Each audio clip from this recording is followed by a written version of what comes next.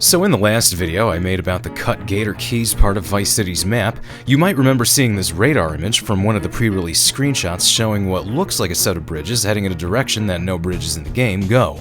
Well, thanks to an eagle-eyed GTA forums user named Calvin, it looks like we finally have an answer to what this is actually from, and it turns out this place actually is in the game, and it isn't a set of bridges at all. It's in Vice Beach. These roads run right around the Washington Beach neighborhood near Ken's office. On the beta screenshot, it looks like the rest of the map beyond the roads hadn't been completely designed yet, so all we were left with was this set of roads that resembled bridges running over water when it's actually just regular streets that were already in the game. So, I guess that theory regarding the Gator Keys and this being the equivalent of the overseas highway has been debunked. Good catch, Calvin. That's certainly one question answered. But one other thing that Calvin brought up that raises some new questions has to do with both a texture found in the game's files, as well as an interview with Rockstar Games art director Aaron Garbett. We'll start with the texture that's in the files. According to Calvin, there's a low polygon, or LOD texture, which is used in what's called the Southwest Airport LOD. This texture is named LOD Everglades 2. Meanwhile, back in 2012, Eric Norris of Mandatory.com interviewed Aaron Garbett for the 10th anniversary of the game's release. At one point, Norris asks Garbett the following question: "Is there anything you would have changed about the game, or anything you would have done differently looking back?" Garbett responded with this: "We had talked about doing the Everglades. I think we even roughed a bit of it in. That would have been great. Basically, expanding out of the city into the surroundings would be good. You get such good contrasts, but that was something we devoted a lot of energy to in the later games." Garbett doesn't specifically refer to this as being the Gator Keys, but his reference to the Everglades is pretty telling. For those of you who don't know, the Everglades are a 1.5 million acre span of wetlands in South Florida, just west of Miami.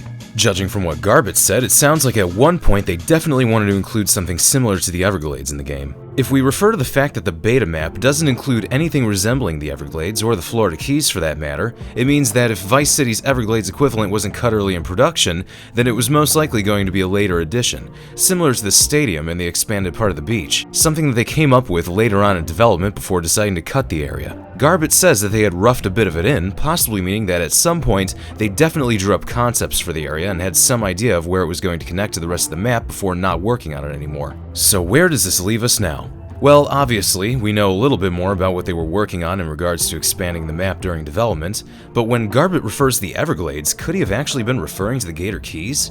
I initially thought that the Gator Keys would be like the Florida Keys. I mean, come on, it's in the name alone, and that makes me think that it was going to be a chain of islands rather than just a big swamp area that's attached to the city. But it's still possible that maybe the Gator Keys were going to be some kind of amalgamation of both the Florida Keys and the Everglades, and there's still no explanation for why this road at the airport was changed to split off and lead to nowhere before it abruptly cuts off. But given how the Everglades texture is also right by the airport, I still think it has something to do with it. This texture literally lines part of the western edge of the airport's LOD model, almost as if it was a guide for where they would begin working on this new area. You can sort of see it in the game, at least on the PS2 version. It's kinda glitchy, but you can definitely make out where the Everglades texture lines the airport's edge, as well as how the edge changes a little bit.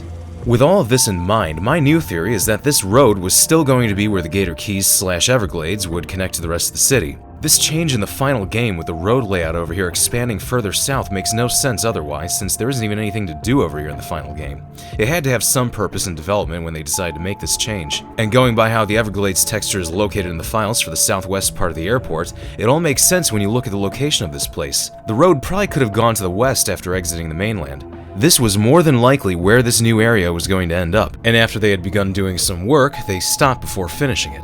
Also, I'm pretty sure now that the Gator Keys would have been a cross between the Florida Keys and the Everglades. It probably would have still been a small series of islands, but with more wetlands and swamp-like areas.